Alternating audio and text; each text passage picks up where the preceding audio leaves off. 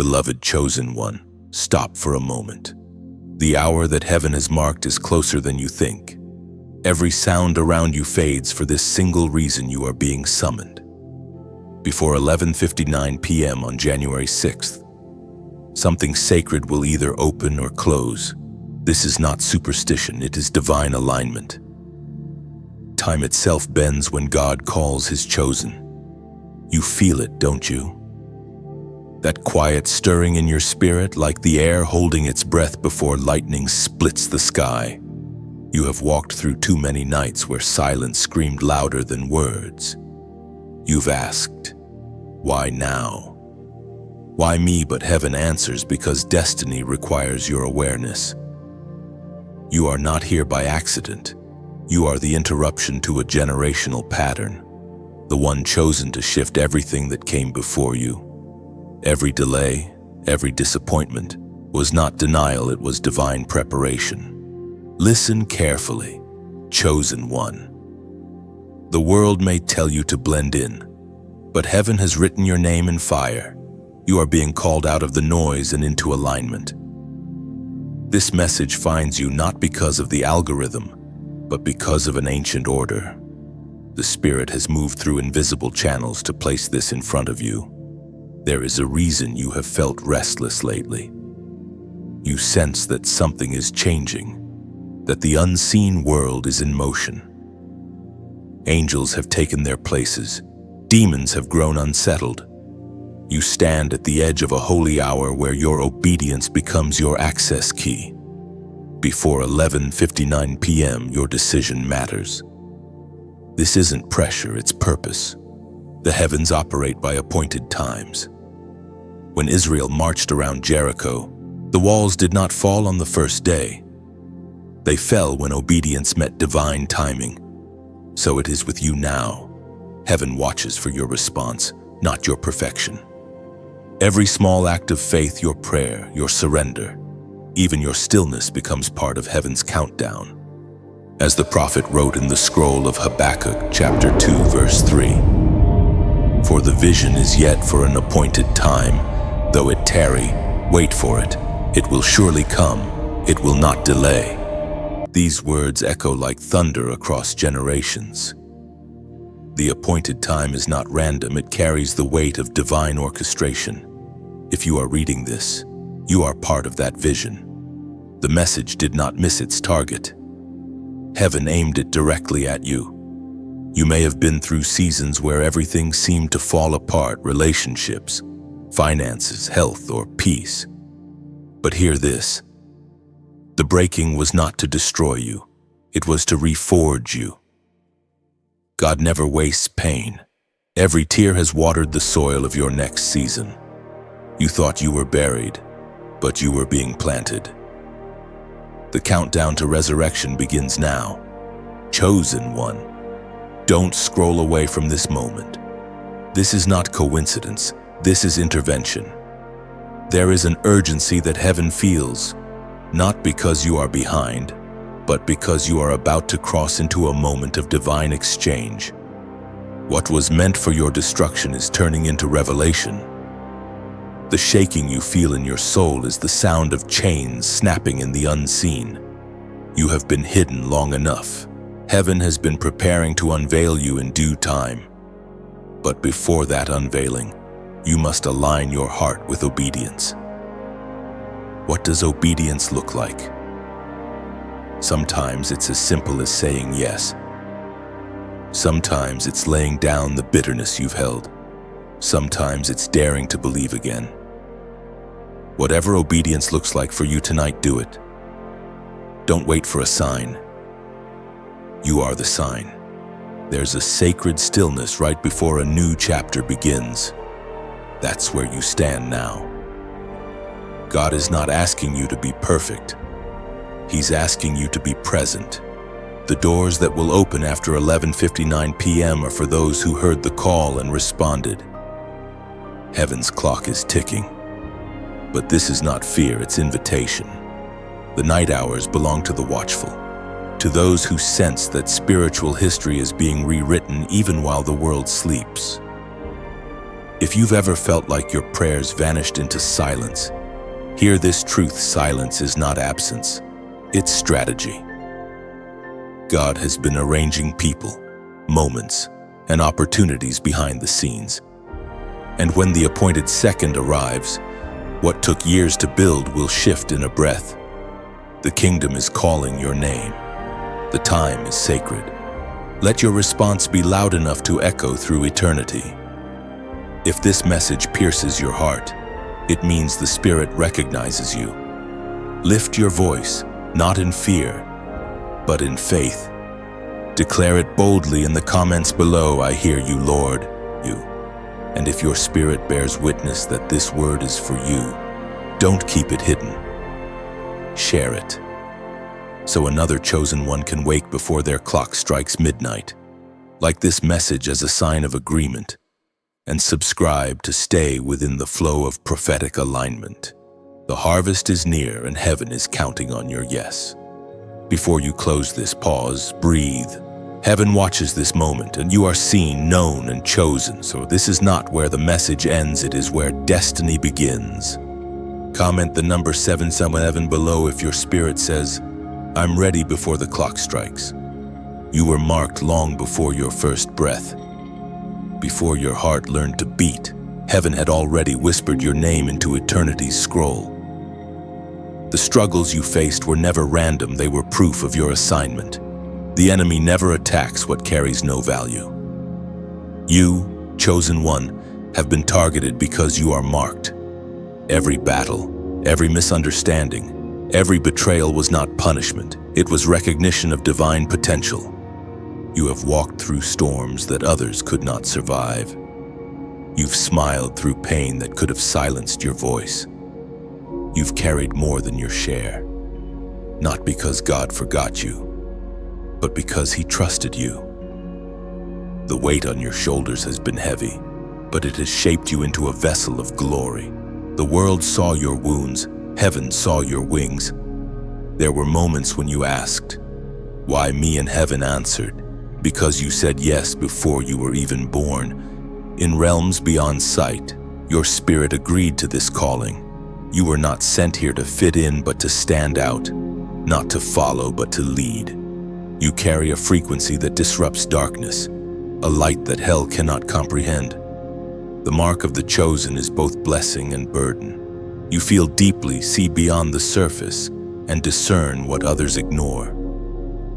That sensitivity is not weakness, it is spiritual radar. It allows you to hear heaven's whispers even when the world shouts. You are not broken. You are finely tuned to the voice of the divine. There are generations behind you waiting for your obedience to unlock their freedom. The moment you step fully into your calling, chains you never wore will shatter.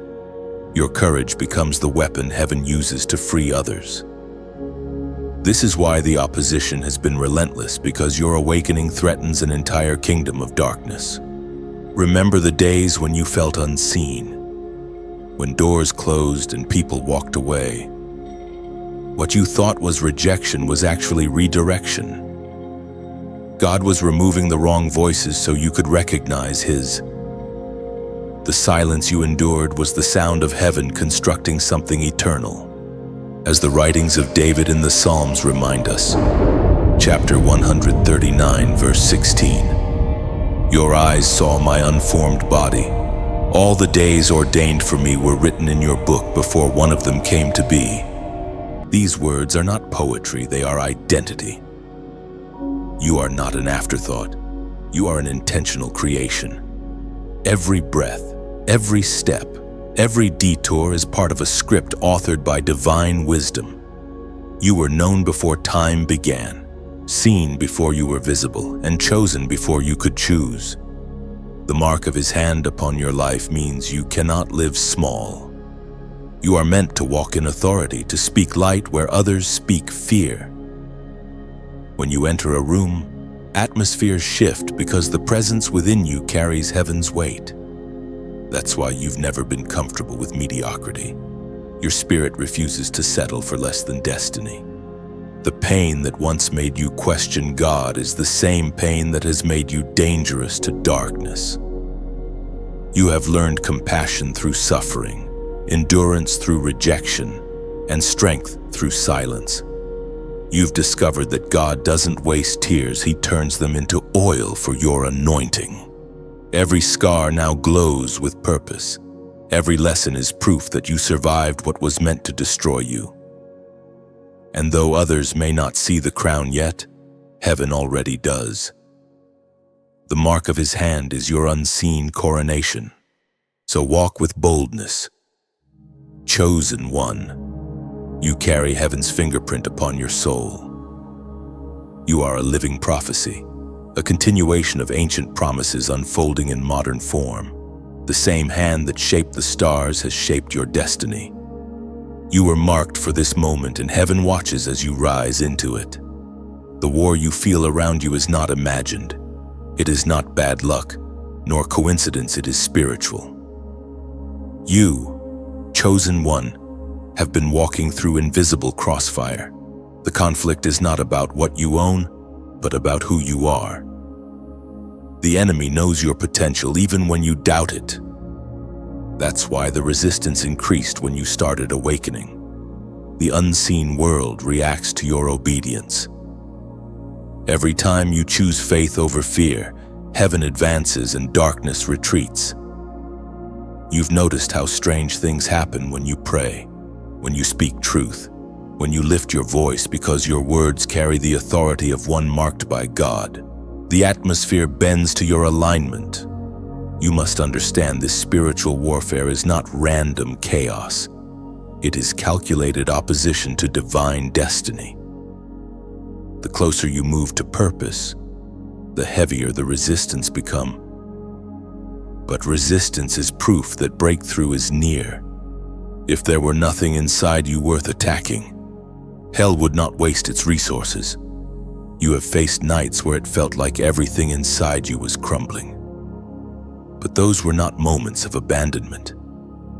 They were battlegrounds of transformation. In those quiet wars of the soul, angels stood beside you. You didn't see them, but they guarded every tear. Heaven never lost track of your pain. As the apostle reminds us in his letter to the Ephesians, chapter 6, verse 12, "For we wrestle not against flesh and blood, but against principalities, against powers, against the rulers of the darkness of this world, against spiritual wickedness in high places." Those words expose the real battlefield. It's not between you and people, it's between light and darkness, destiny and destruction, calling and compromise. You've been fighting spirits that wanted to keep you in cycles of doubt, fear, and delay. But something in you refused to surrender. That defiance of despair is the mark of the chosen. You are a warrior even when you feel weak. Your very presence unsettles darkness because you carry divine authority. When you speak, dimensions listen. When you pray, barriers collapse. When you worship, you summon heaven's armies. Never underestimate the spiritual weight of your existence. There's a reason you felt under spiritual attack right before every breakthrough. The enemy fears your next level because he remembers what you used to overcome. You survived things that should have destroyed you, and that survival made you dangerous. Every time you rise again, you prove that grace still works. You've been through cycles where peace seemed unreachable. Every time you found rest, something came to disrupt it. But what you didn't realize is that you were being trained to carry peace as a weapon. The more chaos you faced, the stronger your ability to remain grounded became. You're not the same person who started this journey. You've grown wiser, stronger, more discerning.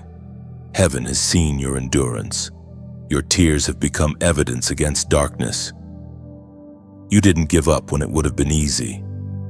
You stood firm even when nobody stood with you.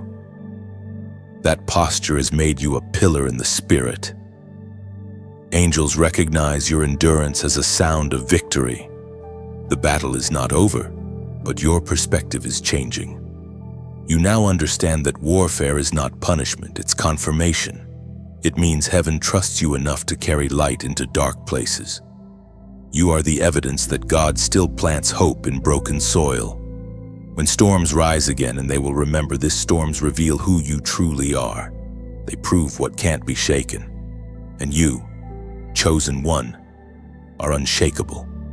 You've made it this far because your spirit has learned how to see beyond pain. You can now recognize when fear is a lie and when doubt is a disguise. The battlefield has not made you bitter, it has made you discerning. You now move differently. You pray with clarity, speak with power, and walk with confidence. In this moment, let heaven hear your declaration. Write it not for attention, but as a prophetic act, a sign that you understand what's happening around you and within you. Comment, "I stand firm." This is more than a phrase. It is a decree into the atmosphere that you refuse to collapse under pressure. It means you are aware of the invisible war but not afraid of it. It means you choose faith over fear, peace over panic, victory over victimhood. When you type those words, don't you announce to darkness that you are still here, still chosen, and still unbroken. The war may rage, but you will not bow to it. You will not be defined by what comes against you. Instead, you will define the outcome through obedience, prayer, and unshakable faith. Because the truth remains, light always wins. There are voices that never speak aloud but echo inside your mind, whispers of doubt, regret, and fear. They come disguised as reason, dressed in logic. Yet their goal is always the same: to silence your faith. Chosen one, you must learn to recognize the difference between conviction and condemnation. One calls you closer to God, the other tries to convince you you're too far gone. The voices of darkness are subtle. They don't always shout, "Give up." Sometimes they whisper, "Wait longer, maybe later, or you're not ready." That is how delay disguises itself as wisdom. But the spirit within you already knows the truth. Obedience delayed is destiny denied. The enemy cannot destroy you, so he tries to distract you. He weaves confusion into your thoughts until you start to question what you once knew was divine. You've been there, standing at the edge of obedience, feeling heaven's pull but hesitating. You wondered if you were worthy, if you heard correctly, if maybe you were imagining it. Yet deep down, something holy burned inside your chest. That burning was not emotion, it was confirmation. The same fire that called Moses from the bush now calls you. The enemy's favorite tactic is to use your own history against you. He reminds you of every failure, every moment you stumbled, every word you regret. But God never measures your worth by your mistakes. He measures it by His mercy. The fact that you're still sensitive to conviction means you haven't fallen too far. The lost do not wrestle with conviction, the chosen do. You have to silence the internal courtroom where guilt and grace argue. Heaven already gave the verdict, forgiven. You cannot hold on to shame and still carry your crown. Guilt drains your spiritual strength, but grace restores it. When you walk in grace, you silence the accuser. As the Spirit spoke through the prophet Jeremiah, chapter 29, verse 11. "For I know the plans I have for you, declares the Lord, plans to prosper you and not to harm you, plans to give you a future and a hope." These ancient words still breathe life into weary hearts. They remind you that God is not improvising, He is orchestrating. The plan hasn't changed because you made mistakes. Every detour has been rewritten into destiny.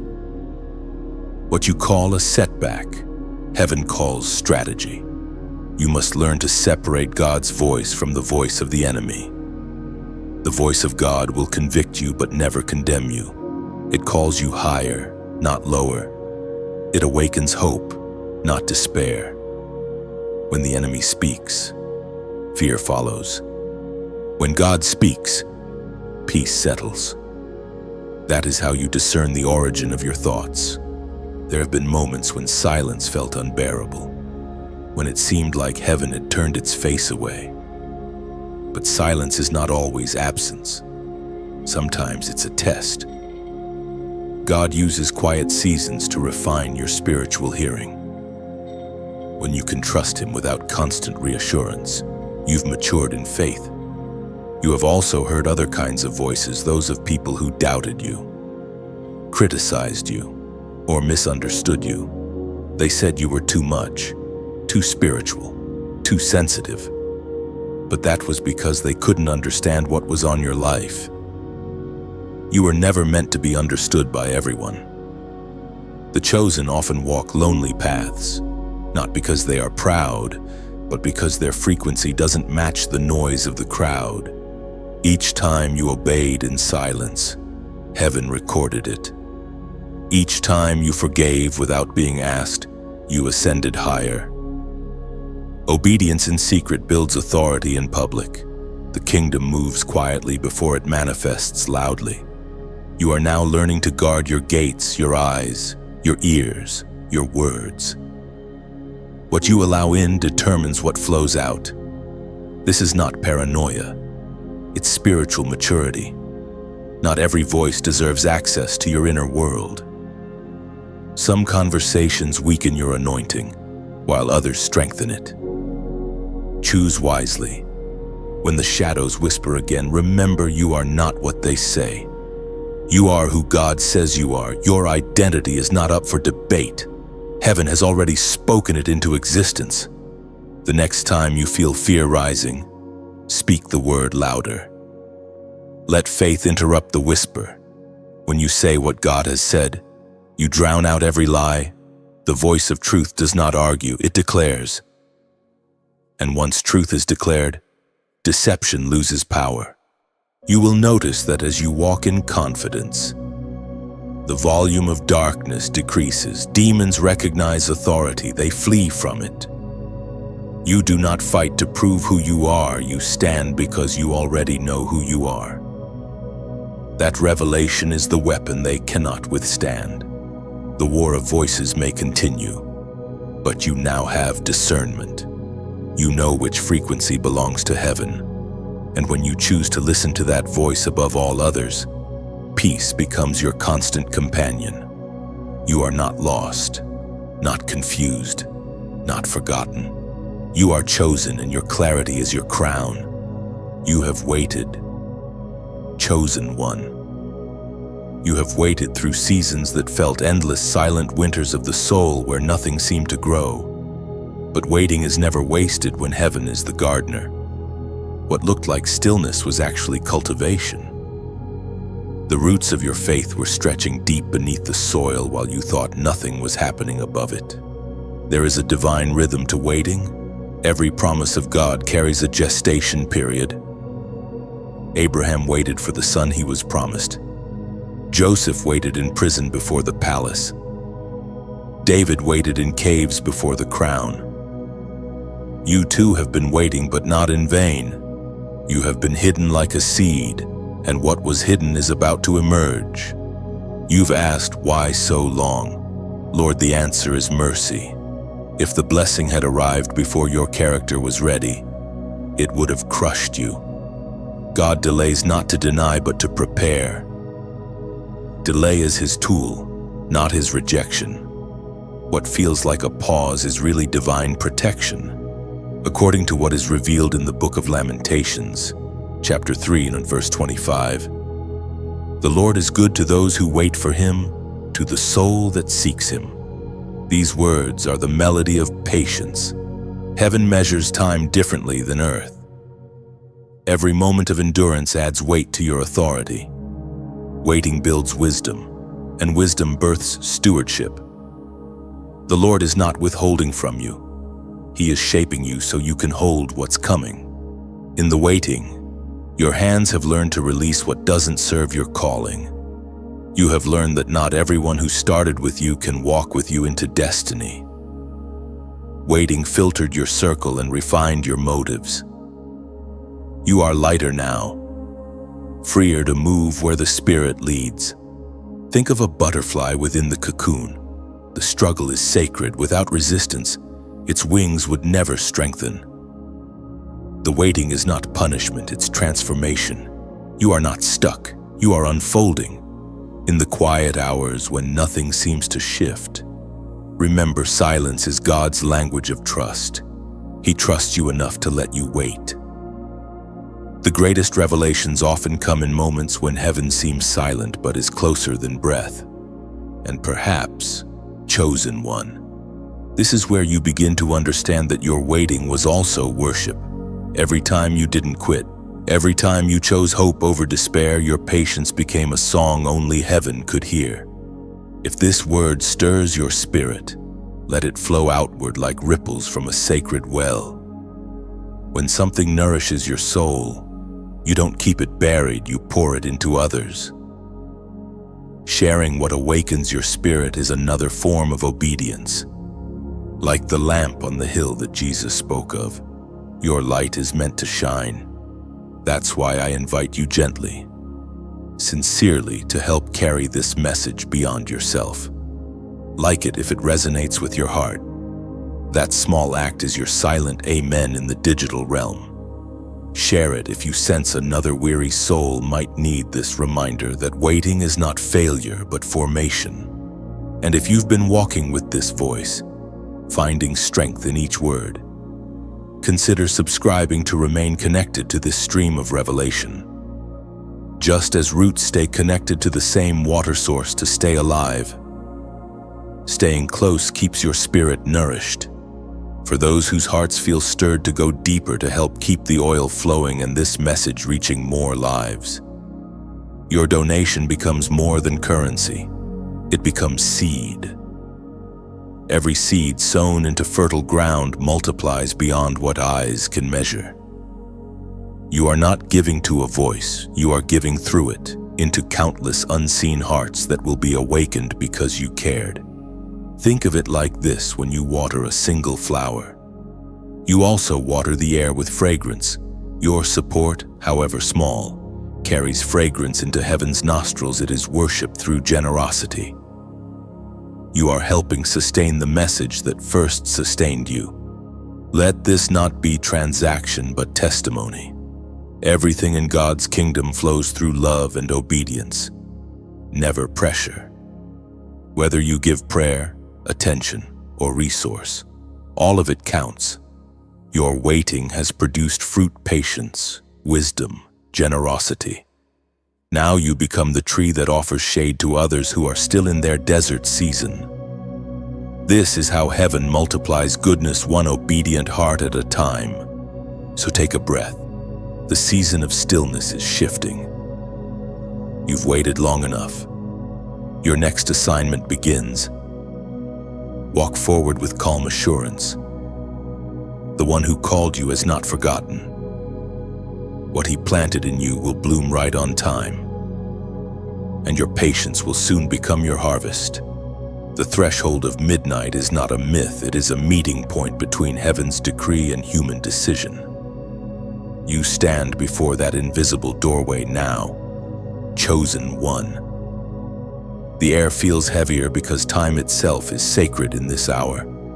The unseen world is moving, aligning, waiting for one act of obedience that can shift the course of your life. Heaven does not measure time as you do. It measures readiness. And readiness is not about perfection, it is about surrender. The moment your heart says yes, everything around you begins to rearrange. The angels take position. Doors unlock, and what once resisted you begins to yield. There is power in moments like this. Before the clock strikes midnight, heaven looks for those who will respond without hesitation. This is the hour when destinies are sealed, when the faithful are marked with new assignments, when delayed promises cross into manifestation. The difference between those who step into the new and those who remain behind is obedience and sacred timing. As heaven speaks clearly through the words in Deuteronomy chapter 30, verse 19. I have set before you life and death, blessing and curse. Now choose life, so that you and your children may live. These words are not ancient relics, they are eternal realities. Every day you live, you stand between life and death, not in the physical sense, but in the realm of purpose. Every choice you make either feeds your calling or starves it. To choose life means to choose alignment with the divine will, even when the cost feels high. Before the midnight threshold, heaven gives one final invitation: choose. Do not delay, do not linger in indecision. The Spirit is whispering in your heart, urging you toward obedience. You may not understand everything, but understanding was never the requirement, faith was. This is the moment where your yes becomes a key. When you say yes to the Spirit's call, unseen locks begin to turn. The barriers that once stood between you and your next season begin to crumble like ancient walls before the sound of praise. Heaven's timing and your obedience collide, creating the spark that births miracles. The air feels different right before a door opens. Perhaps you've felt it lately, the sense that something significant is approaching, though you can't name it. That's because the Spirit moves before the manifestation. You are feeling tomorrow's reality pressing into today's awareness. The world around you will not notice the shift immediately, but the spiritual realm already knows. Light has moved. Power has shifted. A new chapter has begun for the chosen who dared to believe before evidence appeared. You have been in the waiting room of destiny, but the announcement is echoing now. Your name is being called. Heaven has seen your faithfulness in obscurity, your worship in private, your persistence when it seemed pointless. All of it has been weighed, and heaven's verdict is favor. Do not fear the unknown. The same God who guided Israel by a cloud and a pillar of fire now guides you by his Spirit. What lies ahead may be unfamiliar, but it is ordained. Every detail of your next step has been written in divine ink. The path may twist, but it does not lead astray. Before the threshold, reflect for a moment. What are you holding that cannot cross with you? Fear, bitterness, regret, they cannot survive in the new atmosphere. To enter this next dimension, you must travel light. Surrender is not loss, it is elevation. What you release now will return multiplied in ways you cannot imagine. Heaven is not demanding perfection, it is inviting participation. The kingdom's expansion depends on your agreement. When you step forward, heaven moves with you. When you delay, heaven waits, but time does not. This is why the message feels urgent, not to frighten you, but to awaken you. There is grace in this hour, but grace is not infinite opportunity. It is divine invitation. You are being invited into something greater than comfort. You are being called into covenant. Pause here, chosen one. Listen deeper than the noise around you. Feel the pulse of heaven syncing with your own heartbeat. That is the rhythm of destiny calling you home. If this word stirs something in your spirit, seal this moment with a sign of faith. Comment the number 4 more or 4 below. It represents divine order and heavenly alignment, the meeting of your obedience and God's perfect timing. Let it be your silent declaration: I choose life. I choose obedience. I choose the call. When you do, it's not about the number, it's about the agreement. It is a symbolic act that heaven recognizes as covenant. You are stepping across the midnight line, not into darkness, but into divine purpose. There are fires that destroy and fires that refine. You, chosen one, have walked through the kind that purifies. The flames that once threatened to consume you were never meant for your end. They were meant for your transformation. God uses fire not to punish the chosen, but to polish them until his reflection appears in their endurance. Every trial that burned through your life carried divine purpose. when you lost what you thought you couldn't live without. Heaven was removing what could not survive your next level. You have been forged, not forgotten. The heat you felt was heaven's workshop pain with a purpose, suffering with a schedule. You didn't realize it then, but the very moments that broke you were the same ones shaping you. Fire has a way of exposing what's real. Pretenses melt, masks fall, and what remains is pure gold. That's what God has been after all along, the authentic version of you, the one untouched by fear, unbent by rejection, unafraid to shine. You have endured what others would have abandoned.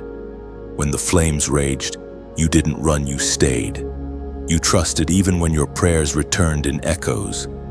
You kept worshiping when the only thing you could offer was your tears. Heaven took note of that. Faith that survives the fire carries authority that words cannot teach. As the ancient words recorded in the book of Isaiah remind us, chapter 43, verse 2. When you walk through the fire, you shall not be burned, the flame shall not consume you, for I am with you. Those words are not poetic comfort, they are divine guarantee. The presence of fire does not mean the absence of God. In fact, He often chooses to reveal Himself in the very thing that seems most destructive. Just ask the 3 Hebrew men who found Him standing beside them in the furnace.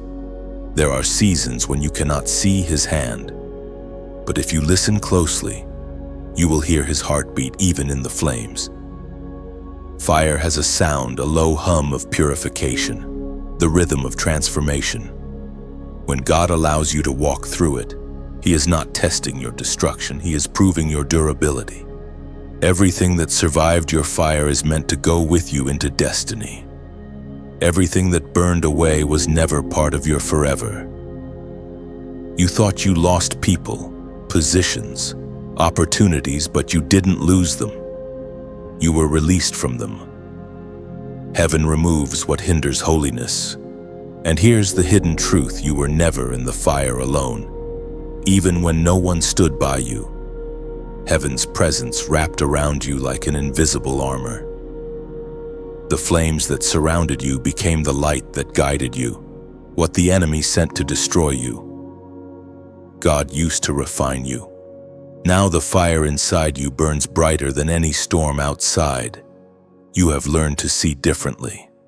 You no longer fear loss because you understand that everything temporary is simply a tool for eternal formation.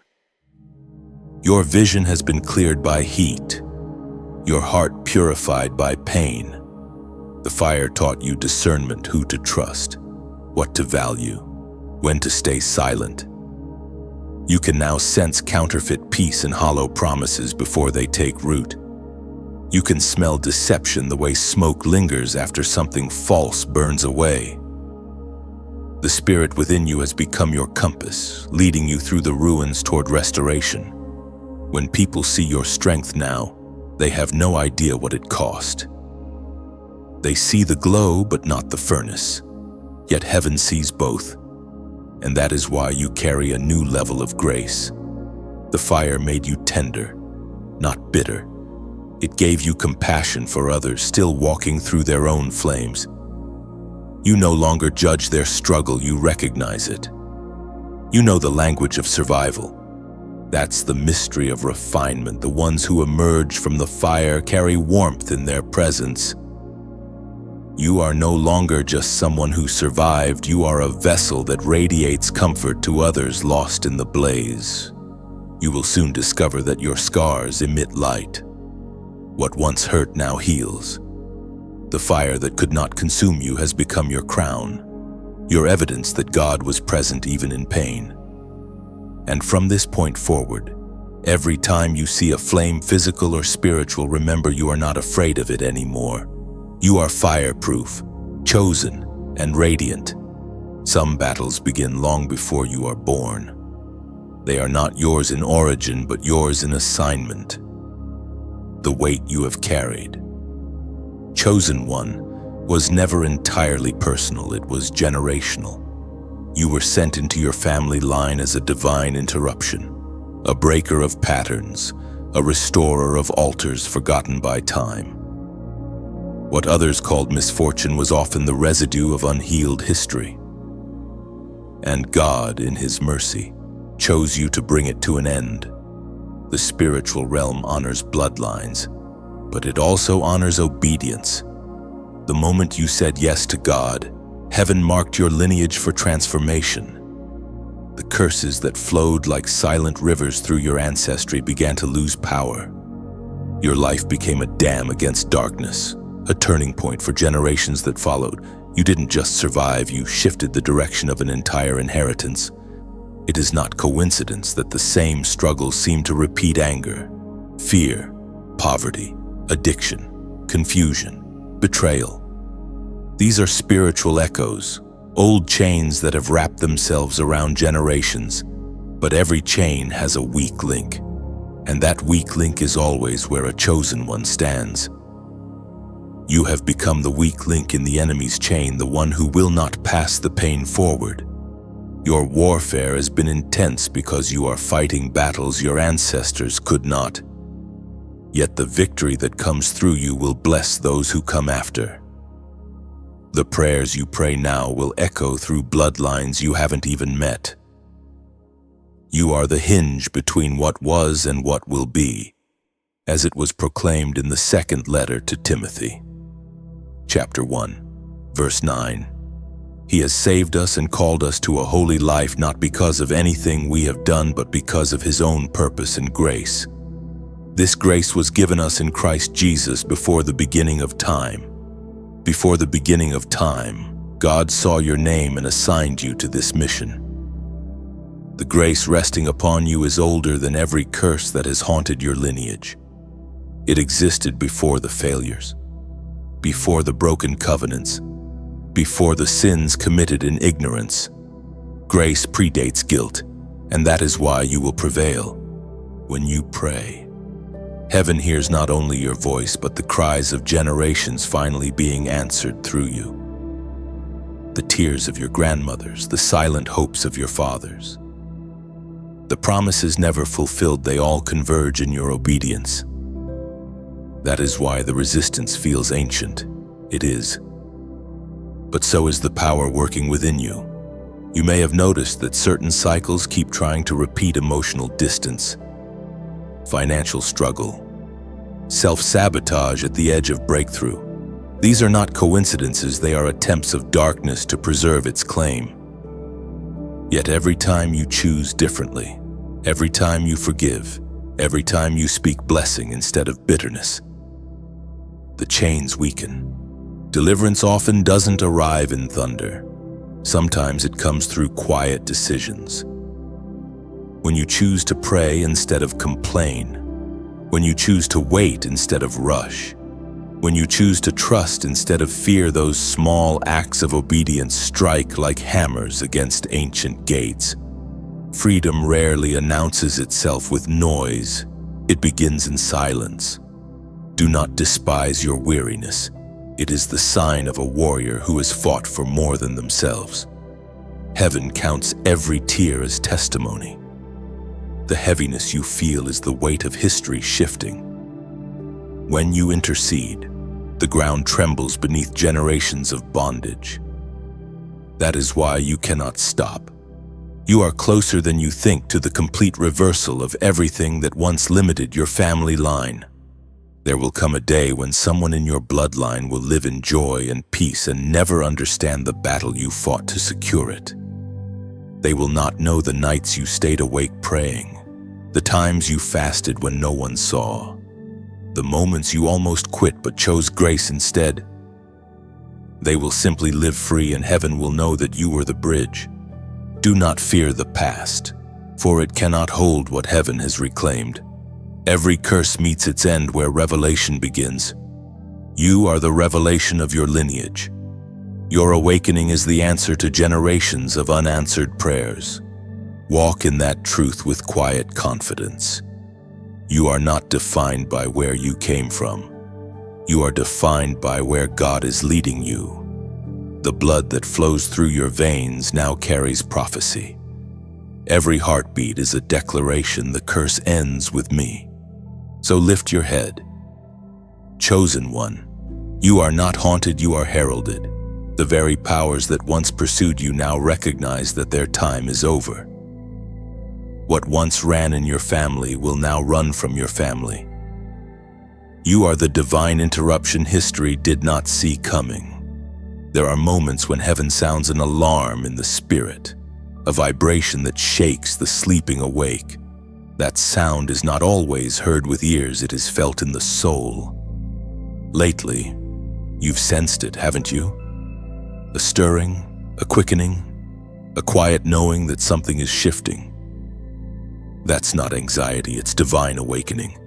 You are hearing the sound of destiny summoning you to rise. This sound does not come from the world. It comes from eternity breaking into time. Heaven is calling its soldiers to attention, and your name is on that list. You are not waking up randomly at odd hours. You are being summoned to the watchtower of prayer. While others rest, heaven moves through you. Heaven. There is an urgency, not one of fear, but of alignment. The Spirit is stirring the chosen across nations, drawing them into unity, synchronizing their hearts with the heartbeat of God. This is the sound of awakening, and you, chosen one, are part of the orchestra. You may have noticed that the noise of the world has grown louder. Every screen screams for attention. Every headline amplifies chaos. But amid the noise, there is a quieter frequency, a melody only the awakened can hear. It's the sound of heaven's army assembling, the hum of purpose returning to its rightful place. As Jesus himself declared in the Gospel of John, chapter 10, verse 27, "My sheep hear my voice, and I know them, and they follow me." That verse is the core of awakening. Hearing his voice is not about spiritual superiority, it's about sensitivity. You hear because you are known. You respond because you are loved. The shepherd is calling, and the chosen respond not out of fear, but out of recognition. This is the hour when sleepers must awaken. The Spirit is saying, "Arise." There are assignments waiting for your awareness. There are miracles that cannot manifest until you take your place. Heaven has been waiting for your yes, not because God needs you to move his plan, but because he desires to move through you. The sound of awakening comes with clarity. Old confusion begins to break. You suddenly see who you are, what you carry, and where you are going. Scales fall from your eyes, and what once felt foggy now becomes defined. That's how you know the Spirit is near. He brings definition, not distortion. You may feel unsettled, as if the ground beneath you is shifting. That's because old foundations are crumbling to make room for new ones. God is uprooting what no longer fits your calling. The shaking is not destruction, it is preparation. Every great awakening begins with a sound, a whisper, a word, a wind. You are standing in that wind now. Do not ignore it. What feels like restlessness is often your spirit adjusting to heaven's frequency.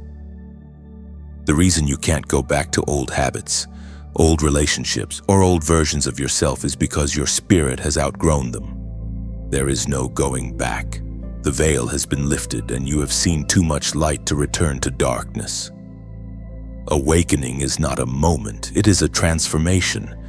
You don't just wake up once you keep awakening deeper and deeper, layer after layer, until your very existence becomes a beacon to others still asleep.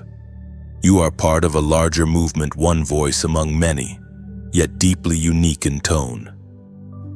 When you speak truth, heaven echoes. When you worship, chains break. When you pray, the sound reaches dimensions you cannot see. That is why your awakening matters. It creates ripples beyond your lifetime. So pause now, breathe in, listen, feel that pull in your spirit that's heaven speaking. The voice that once sounded distant is now closer than breath. God is calling you by name, not to frighten you, but to remind you that you belong to Him. And if your spirit recognizes that call, make this moment sacred. Respond not with noise, but with faith. Write these words as a prophetic declaration. Comment, "I am awake." Those 3 words are not ordinary, they are a covenant. When you write them, you are agreeing with heaven's agenda for your life. You are telling the spiritual realm, "I am alert, aware, and available." It is your yes wrapped in simplicity. You are not just a listener, you are a responder. You have heard the sound, and you have answered. Heaven smiles when obedience meets awareness. The awakening has begun, and it begins in you. When light confronts darkness, the collision is both violent and beautiful. You, chosen one, have felt that collision in your own soul. It wasn't a battle of flesh and blood, but of shadow and flame. Every tear you've cried has been the sound of light expanding inside you. The night has tried to whisper defeat, but dawn keeps rising from your spirit. You were not built to break, you were built to blaze. The presence of darkness is not proof of absence, it is proof of significance. Only those who carry light attract opposition. You have walked through rooms where your peace unsettled people, where your silence carried weight. That's because the light within you speaks louder than word. It exposes hidden things without condemnation, simply by existing. You were never meant to hide that light. You are the lamp set high on the hill, the flame that refuses to flicker out when the wind howls. The world may not understand your glow, but heaven does. You were lit by divine fire, and every trial you've endured has only made your light clearer, steadier, and stronger. The apostle reminds us in his letter to the Corinthians, chapter 4, verse 6, "For God, who said, 'Let light shine out of darkness,' made his light shine in our hearts to give us the light of the knowledge of God's glory displayed in the face of Christ." This verse is your reflection in sacred ink. The same command that created the stars lives in you. That's why the darkness cannot claim victory it has already lost. You carry within you the echo of creation itself, the divine. Let there be. You have faced storms where hope felt thin, yet somehow your flame endured. The secret light doesn't depend on the weather. It depends on its source. And your source has never failed. Even when your surroundings dimmed, heaven's current flowed steadily through your faith. You may not realize it, but your light has guided others already. Someone watched how you stood in hardship, how you kept faith when logic said give up. You became their lighthouse in the distance, silent yet steady. The ocean may be vast, but even a small beam can save a ship from wrecking. That is what this message is meant to do, to remind you that your glow has purpose. Each word written here is oil poured into your lamp to keep the flame from flickering out.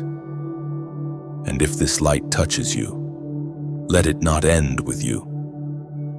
Like this message, as you would tend a fire, feeding it gently so it continues to burn. Your small action is a spark that helps the flame reach others lost in their night. Share this word like you would share warmth on a cold evening. Somewhere, someone is sitting in spiritual frost, praying for even a single spark of comfort. You might be the one who carries it to them. When you share light, you don't lose it, you multiply it. If this space has become a sanctuary for your soul, a steady flame you return to for peace, then stay connected. Subscribe as one who keeps returning to a well that never runs dry. The stream of light that feeds you today may be the one that sustains you tomorrow. And for those whose hearts feel moved deeper, know this: every vision needs oil to keep burning. If your spirit feels led, Your donation becomes that oil, a tangible expression of faith that helps this flame reach beyond your screen. It isn't payment, it's participation. Every drop of generosity fuels the continuation of this light into unseen places. Imagine this: a single candle lighting another until 1,000 glow, filling the darkness with warmth and wonder. That is what your giving does. It multiplies radiance. You are not giving to a voice, you are giving through one, to the countless souls who will find healing in the same words that once steadied you. Your light is not meant to burn alone. The fires of heaven always burn in community. When flames join, they form a pillar that no wind can extinguish. So let's build that pillar together through unity, compassion, and shared devotion. You are not the end of this story. Chosen one, you are a link in an eternal chain of illumination. Your glow may seem small, but it carries eternity's reflection. Keep shining. Keep sowing, keep believing. The darkness may roar, but it cannot swallow the sun. And you, beloved, were born of the same light. Reclamation begins in silence. Before anything is restored on earth, it is first decreed in heaven. Chosen one. The season you have entered is not about survival, it is about recovery. What was stolen from you, what slipped through your fingers, what you thought was gone forever. Heaven has already begun to return in ways you could not have orchestrated. You are standing on the threshold of restoration. The years you called wasted were not wasted at all. They were investment. Every tear watered the ground of your future. Every disappointment loosened the soil where new purpose could take root. The God who watches sparrows never lost track of what was taken from you. In divine timing, he returns it, refined by delay, multiplied by endurance. The world often measures loss by what can be seen: money, opportunity, relationships, but heaven counts differently. You didn't just lose things, you lost versions of yourself that could not carry your future. That's not tragedy, that's transformation. God has been pruning your story so that only the fruitful branches remain. It was proclaimed in the book of Joel, chapter 2, verse 25. I will restore to you the years that the locust has eaten, the great army that I sent among you. Those words are not ancient history, they are divine law. Heaven keeps accounts, and the books are balanced not in your timing but in God's. Every injustice, every betrayal, every sleepless night has been weighed. And now the scales are tipping in your favor. Restoration is not about getting back what you had, it's about receiving what you were always meant to hold. There are things being returned to you even now. Peace where anxiety once lived, clarity where confusion once ruled, faith where doubt once whispered. The tangible will follow the intangible. When your spirit is restored, everything connected to it must follow. You've probably noticed how certain memories no longer sting the way they used to. That's not forgetfulness, that's healing. The sharp edges of the past have been blunted by grace. You can now look back without breaking. What once defined you now refines you. That is restoration at work. The same hands that formed the stars are now reassembling the fragments of your story. You may not see the pattern yet, but the pieces are aligning perfectly. Nothing has been wasted, not the pain, not the pauses, not the prayers that seemed unanswered. Every moment has been repurposed for your good. There will come a day when you will stand in a place so blessed that you will understand why certain doors had to close. You will see how rejection redirected you, how delay developed you, how loss introduced you to strength. You will say, if I hadn't gone through that, I wouldn't be ready for this. Restoration does not mean everything will look the same as before. Sometimes God restores function, not form. You may not get the same people back, but you will receive the peace you lost when they left. You may not walk the same path, but you will discover greater destinations. The old version of you could not have carried the weight of what is coming. In restoration, heaven doesn't rewind time, it redeems it. Redemption means the pain now serves a purpose. What used to haunt you now testifies for you. Your scars become your signatures of survival, proof that you were refined, not ruined. And quietly, something else is happening. The ground you lost is expanding. Every area where the enemy tried to shrink you is now enlarging under heaven's decree. Opportunities you thought had expired are being rewritten with your name in bold. You won't need to chase what's yours, it will recognize you when it arrives. But restoration also requires release. You cannot hold on to resentment and receive reward at the same time. Forgiveness is the gate through which restoration enters. The moment you let go of bitterness, you make space for blessings too big to fit in closed hands. Even now, God is revisiting old seasons, extracting gold from ashes. There are phone calls, messages, and moments on the horizon that will make sense of years that didn't. You will see his fingerprints where you once saw only absence. You will realize he was never silent. He was strategizing. The season of restoration is quiet because rebuilding rarely happens in noise. While others chase spotlight and applause, you are being rebuilt in stillness. Your restoration will speak for itself. It will not need explanation. People will see peace on you and know God has been near. Chosen one, lift your eyes. You are stepping into the season where what was lost finds its way home, not as it was, but better than before. The wilderness is behind you, the harvest ahead. You are not starting over, you are starting restored. There are moments when heaven seals what it has spoken, when words become reality and promises turn into presence. You, chosen one, have reached such a moment. The air around you feels different because something in the unseen has been finalized. What was once prophecy is now decree, and you are being sealed not by ink, but by spirit. This sealing is not about religion, it is about recognition.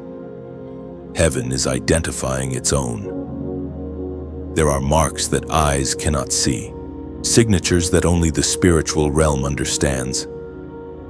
Angels recognize it. Demons fear it. You carry it.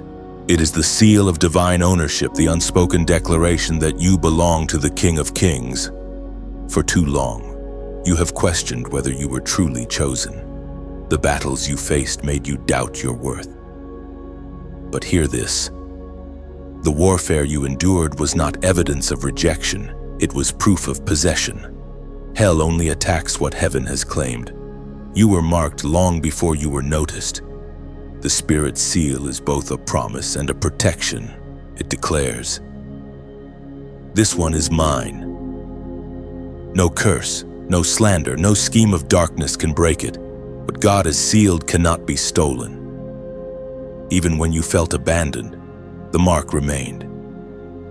Even when you drifted from prayer, the seal did not fade. The hand that anointed you has not lifted, it has only strengthened its hold.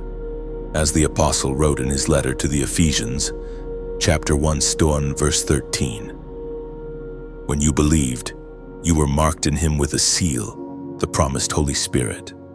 That verse is more than a sentence, it is identity. You are not waiting to be approved, you already carry heaven's signature. The presence of God within you is the seal itself. You are living evidence that eternity has touched time. The seal means you are not common. It means your life is no longer random. Everything about you, your voice, your journey, your timing has been customized for purpose. Even your pain was personalized for glory. What others dismiss as coincidence is divine orchestration. There is power in knowing you are sealed. It brings peace in chaos, confidence in uncertainty. The storms may come, but the mark remains. You are unshakable because your foundation is not built on circumstance. It is anchored in covenant.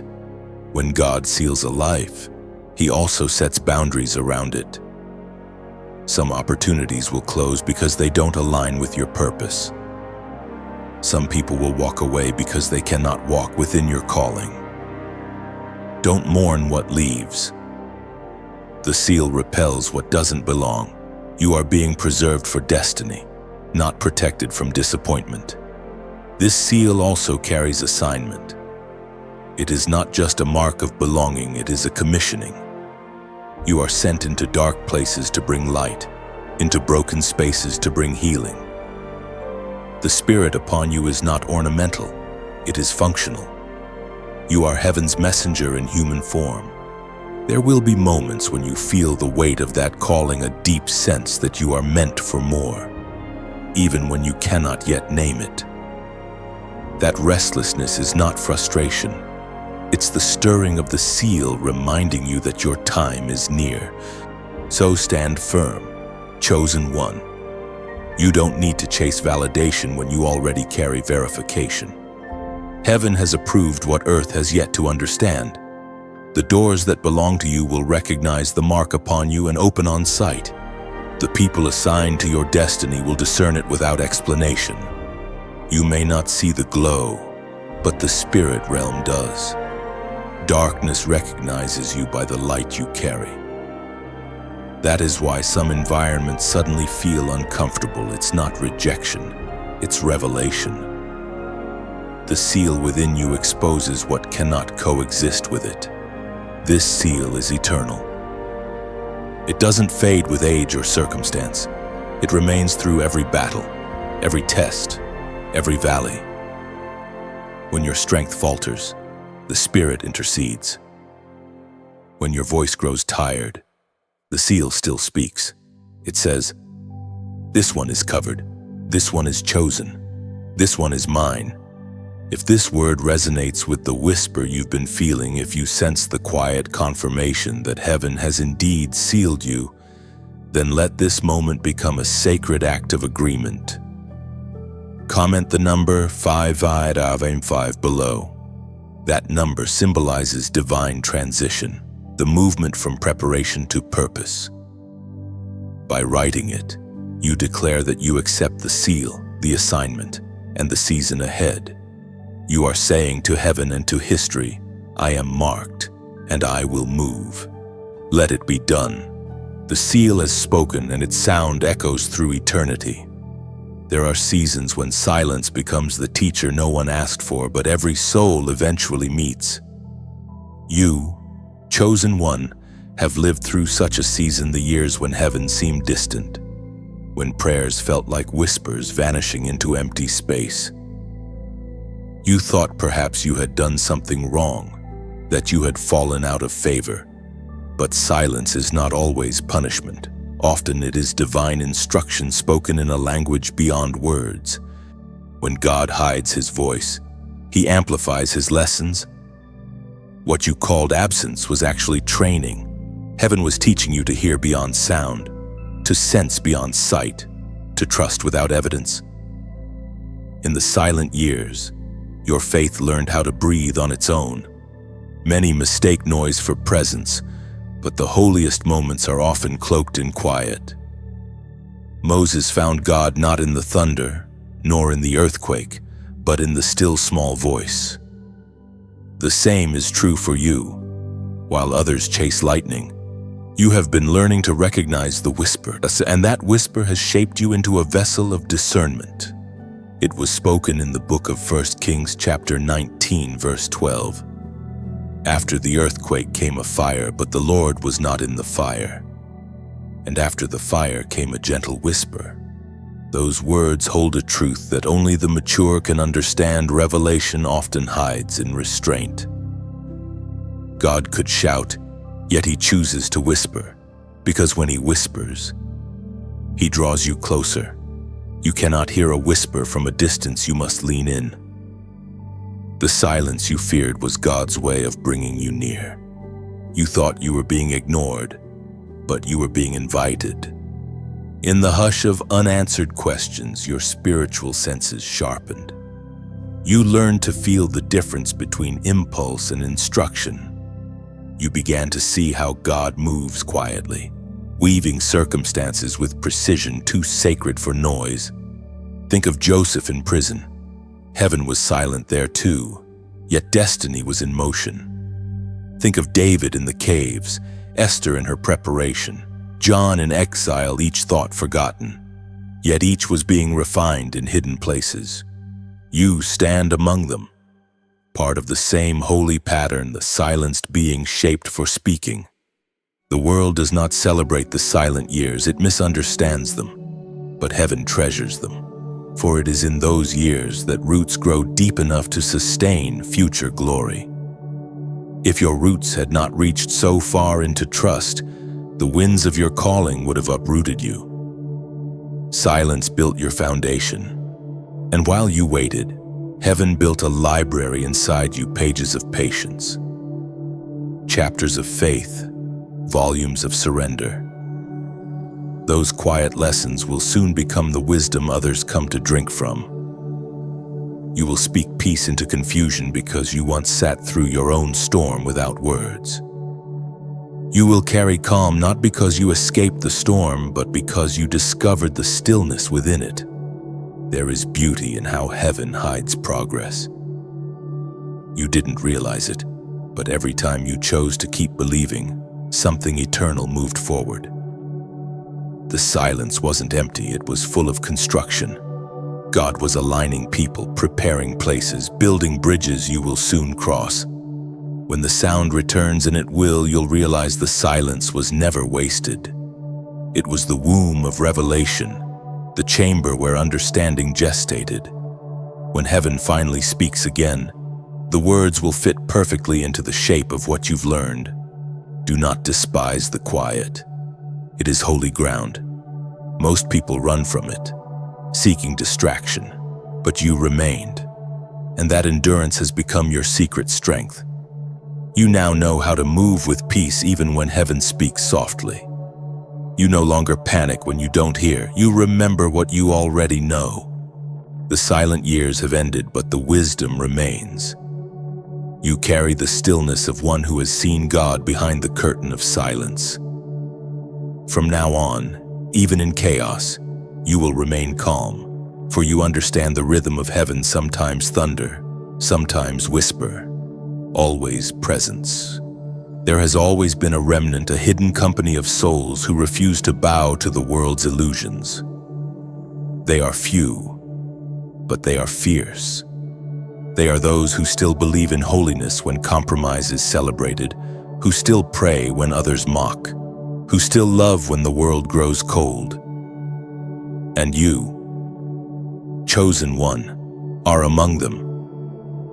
You are part of that sacred remnant rising quietly beneath the noise of this age. The remnant is not glamorous. It walks unseen, misunderstood, and often isolated. But its strength is not in numbers, it is in purity. Heaven measures impact by obedience, not applause. When others chase platform, the remnant builds altars. When others seek fame, the remnant seeks fire. You have felt the loneliness of that path, yet it was never loneliness, it was separation for sanctification. You were set apart not to be superior, but to be ready. The remnant is God's reserve army, the quiet guardians of truth. The world may never celebrate them, but heaven crowns them in silence. These are the ones who will carry light through the final shadows of history. Their endurance becomes a signal to generations yet unborn that faith still stands. It is written in the book of Romans, chapter 11, verse 5. So too at the present time there is a remnant chosen by grace. Grace that is the secret of the remnant. They are not chosen because of perfection, but because of surrender. Their strength is not in power, but in humility. You were not selected for your eloquence or charisma.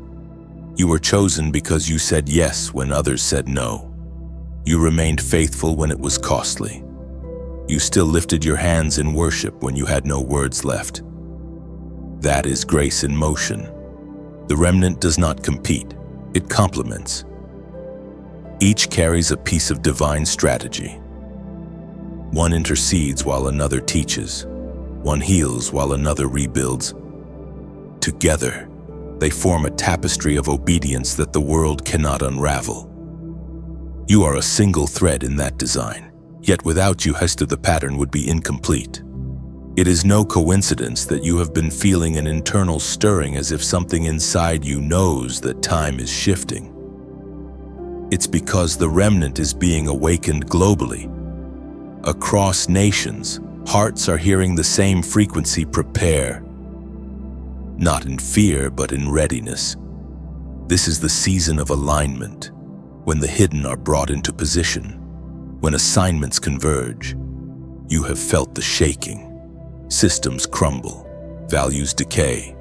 Truth is traded for noise. But the remnant does not fear collapse. It recognizes it as clearing. God often allows what is unstable to fall so that what is eternal may be revealed. While the world builds towers, the remnant builds foundations. You have been building in obscurity character, conviction, consistency, and now heaven is ready to breathe on your labor. The remnant walks differently because it sees differently. You don't measure success by what you see on earth, but by what echoes in eternity. When you pray, the atmosphere bends. When you speak truth, lies lose their footing. You are not small, even if the world says so. The unseen is always greater than the visible. Still, being part of the remnant comes with weight. You feel burdens others ignore. You discern storms before they arrive. Sometimes you feel the ache of nations, the grief of heaven over souls still asleep. That sensitivity is not weakness, it is participation. You are sharing in the heartbeat of God. The remnant is not loud, but it is luminous. Its light doesn't flash, it endures. It's the candle that keeps burning when the wind howls, the ember that refuses to die. You are that ember, kept alive by grace, waiting for the breath of God to turn you into a flame.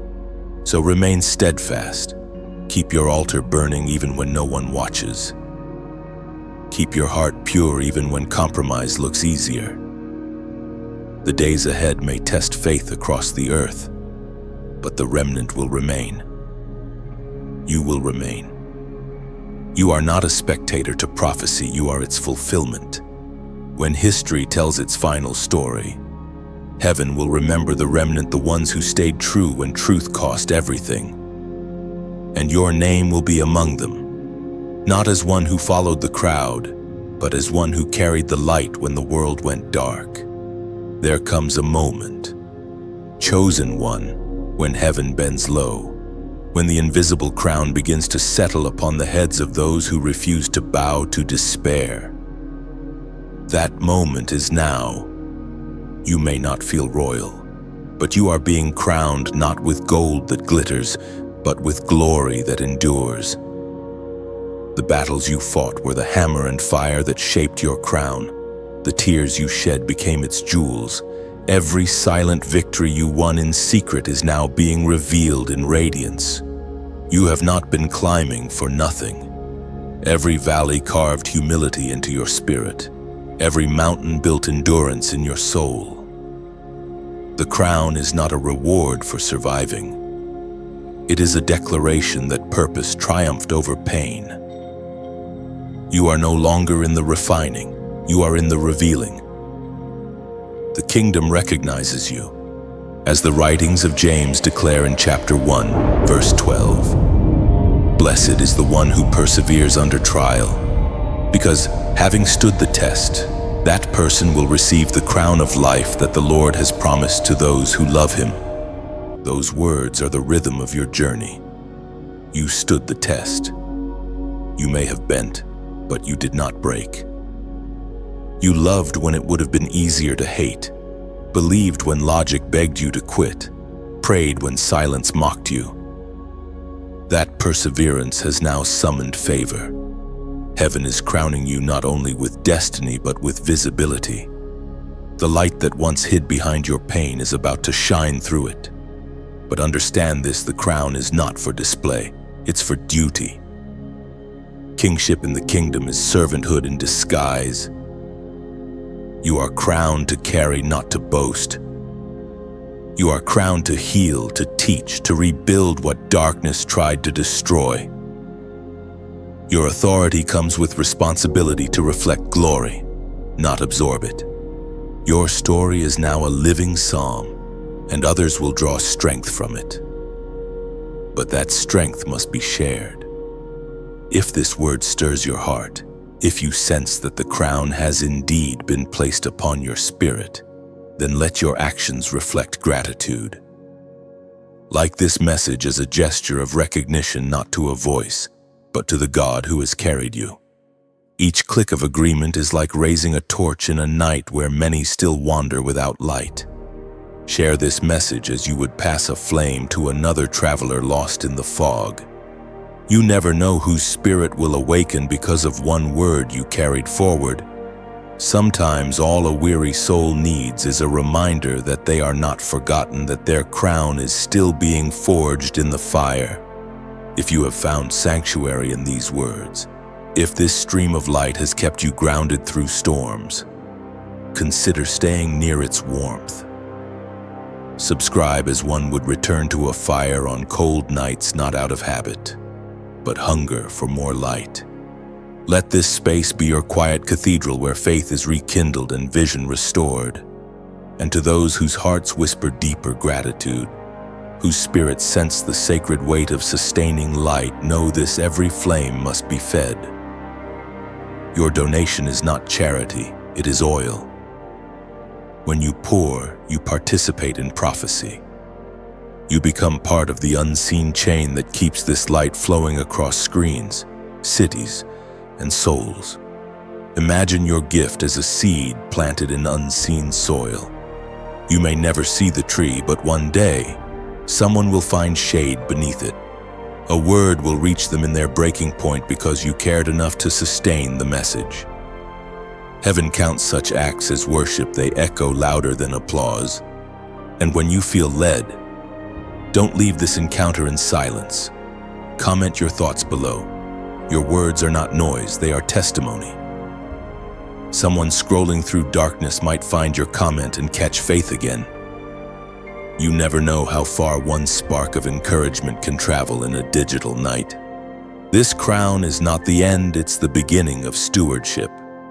You've been anointed to stand, to shine, to lift others into their own coronation. Let humility be your throne, compassion your scepter, and truth your robe. So rise, crowned one. Walk in quiet confidence, knowing that your story now carries weight in heaven's symphony. The fire that refined you now radiates through you, and as you move forward, shining, sharing, sowing, remember your crown isn't made of gold, but of grace. And grace, once given, was never meant to be hidden. When the final seconds of a divine deadline pass, it is not always with thunder. Sometimes heaven moves in silence, with the stillness of dawn breaking after a storm. The midnight threshold has come and gone, and you, chosen one, are still standing. That alone is evidence of grace, for while many slept through their moment, you remained alert. You may not have seen an explosion of miracles at 11:59, but in the invisible, a shift has already occurred. The atmosphere around your life has changed. There is a mystery in how God moves after the appointed hour. The world expects noise, but heaven prefers depth. Transformation rarely announces itself. Like a seed germinating underground, what was activated in obedience will soon push through the soil of your circumstances. What you obeyed in faith will manifest in sight. The spiritual clock did not strike to frighten you, but to focus you. God does not set deadlines to test fear. He sets them to awaken trust. The moment you responded when your heart whispered yes, the transaction began. You are now living in the aftermath of alignment. As was spoken in the sacred texts of old, the book of Habakkuk, chapter 3, verse 19 declares, "The sovereign Lord is my strength. He makes my feet like the deer's. He enables me to tread on the heights." That is your state now strengthened, steady, capable of standing on high ground even when the terrain beneath others gives way. The shift that has begun is not external first, it is internal. Heaven always rearranges the heart before it rearranges the horizon. You are walking differently now, with lighter steps, clearer sight, and a renewed rhythm that syncs with divine order. After the clock strikes, a new kind of silence arrives, not the silence of delay but of incubation. Things are taking shape beneath the surface. The plans of God unfold with precision too intricate for the impatient to perceive. What feels like nothing is often the most sacred part of the process. Do not mistake quiet for inactivity. The machinery of heaven is always at work, unseen yet unstoppable. The decisions you made in faith are now rippling through dimensions you cannot imagine. Somewhere, a conversation is being directed, a heart is being softened, an opportunity is being prepared, all in alignment with your obedience. The shift that follows a divine deadline is subtle but seismic. Old temptations begin to lose appeal. Old fears begin to lose vocabulary. You find yourself breathing differently, no longer chasing signs but walking in assurance. That is what maturity in the Spirit feels like, not constant spectacle, but steady confidence. It is easy to think the most powerful moments are loud, but the truest victories are often quiet. A heart that no longer wavers, a mind that no longer fears, a spirit that no longer doubts, those are heaven's greatest triumphs. The enemy's defeat is not when you shout, it is when you rest in faith. You have crossed through something unseen. What once resisted you now yields. Doors that were sealed have begun to crack open. You may not see the full opening yet, but the hinges have moved. Heaven has already whispered your name in rooms you haven't entered, placed your face in minds that matter, aligned opportunities that will soon call your faith into action. Still, there is humility in this aftermath. God allows you to feel the stillness so you don't forget that power flows through surrender, not striving. You are not called to chase miracles, but to host them. Your peace is now the proof of your transformation. The days ahead will feel lighter because the invisible weight has lifted. You have left behind spiritual residue that no longer belongs to you. Fear, comparison, guilt. The threshold wasn't just a moment in time, it was a baptism of identity. You have emerged renewed. Now, when you walk into familiar spaces, they will feel different because you are different. The world will sense it but may not name it. It is the fragrance of alignment, the scent of obedience, the echo of a soul that crossed over in time. After the clock strikes, grace does not end, it evolves. It becomes wisdom. The same grace that carried you through the waiting will now teach you how to walk in the new. Be gentle with this season. Don't rush the reveal, let it unfold like sunrise, inevitable, radiant, and on time. You have crossed the line heaven drew, not as one chasing mercy, but as one crowned by it. The darkness that tried to delay you has been dismantled. The hour has passed, but the promise remains. And the God who called you before 11:59 still walks beside you now, guiding each step into the morning. And now, chosen one, the dawn arrives. You can feel it before you see it, a gentleness in the air, a quiet hum in your spirit, a certainty that something eternal has shifted. This is not the dawn of another ordinary day. It is the dawn of a new order. The night has released you and heaven has anointed you to walk as light in a darkened world. You are not the same soul who trembled at the edge of obedience. You have become what you once prayed for, a vessel refined by fire, a carrier of divine presence, a herald of hope. Every divine narrative ends not in closure but in continuation. The journey has changed shape, not purpose. The fire that once purified you now fuels you. You have been prepared for such a time as this, to lead, to heal, to illuminate. The assignment ahead of you is vast, but so is the grace that flows through your veins. You have survived the seasons of silence, the weight of waiting, the wars in the unseen. Every scar now glows with meaning. You no longer question why, you understand for what. You were not merely rescued from darkness.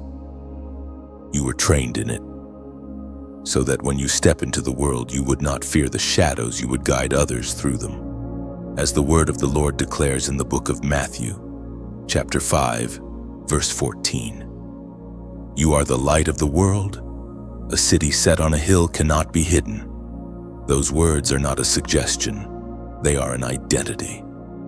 You are no longer searching for light, you are carrying it. You are the embodiment of answered prayers, the continuation of promises spoken long before your birth. You have been hidden not to be forgotten, but to be revealed at the right moment. That moment is now. In this new order, heaven's strategies differ from human logic. The strong will not lead by force, but by humility. The wise will not speak loudly, but with clarity. The chosen will not seek recognition, but revelation. You have learned this through pain. Power without purity destroys, but purity empowers quietly. The world will look for spectacle, you will walk in substance. You will begin to see how divine order infiltrates ordinary life. Conversations will carry weight. Moments will open like doors. The right words will come to your lips at the right time, because the Spirit Himself will speak through you.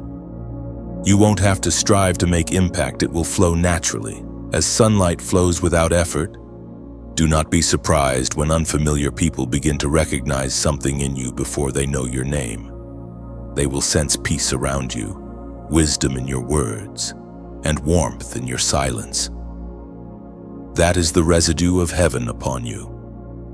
It is not charisma, it is consecration. You have become a walking sanctuary, a living intersection where the divine meets the human.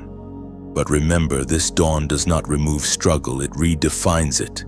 Light still encounters darkness, but it no longer fears it.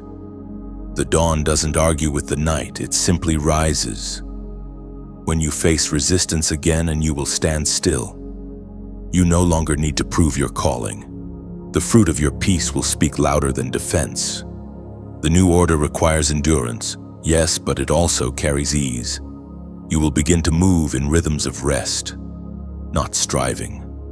The season of force is over, this is the era of flow. Doors will open without your knocking because obedience has already unlocked them. The very atmosphere will respond to the authority you carry in gentleness. You will find that heaven has reorganized your vision. What once looked impossible will now seem inevitable. You will see divine fingerprints on the smallest details, provision appearing through coincidence, timing aligning without effort, grace covering what skill cannot. It will not make sense to others, but you will know this is divine order unfolding. This new era is not just for you, it is through you. You are not merely blessed, you are commissioned. Every gift, every revelation, every lesson from your wilderness now becomes bread for others. Your story will awaken those still asleep. Your endurance will heal those still breaking. Your obedience will open paths for those who come after. And so, as you step into this dawn, do not look back. The night has done its work. The old chapter is closed not by loss but by fulfillment. You are free to rise now, free to walk in light, free to become all that heaven envisioned when it whispered your name into time. Go forth quietly, confidently, faithfully. Let your life be the sermon you no longer need to preach. Let your existence testify that God still transforms ashes into crowns, wounds into wisdom, silence into songs. You have not just witnessed the new order, you are the new order. The sun is rising, and with it, so are you, beloved chosen one. If these words have stirred something sacred within you, if they reminded you of who you truly are, then let this be more than a moment. Let it become movement. You have walked through revelation after revelation, carrying light through every sentence. And now that light asks only one thing to be shared. Like this message as a simple act of agreement, as if you are lighting a candle to say, I receive it, I believe it. Every small gesture echoes in eternity. Your single click becomes a spark that tells heaven, the flame still burns here. Share this message the way a traveler passes bread to another on a long road. You may never know whose heart will heal because of a word you carried forward. Someone scrolling in silence tonight may find the courage to keep breathing because you shared what once strengthened you. Leave your mark in the comments below, not just to respond, but to testify. Write what this journey awakened in you, a single sentence that carries your truth. Your words might be the very confirmation another soul is praying for. In the kingdom, testimonies are seeds. They multiply every time they are spoken. And if you have found a home here among these words, if they have watered your faith and quieted your storms, subscribe to remain near this flow of grace. Let it continue to meet you where you are, lighting the path before you step. This is not goodbye, it is the beginning of a new chapter where you walk as light, speak as truth, and live as one fully awakened.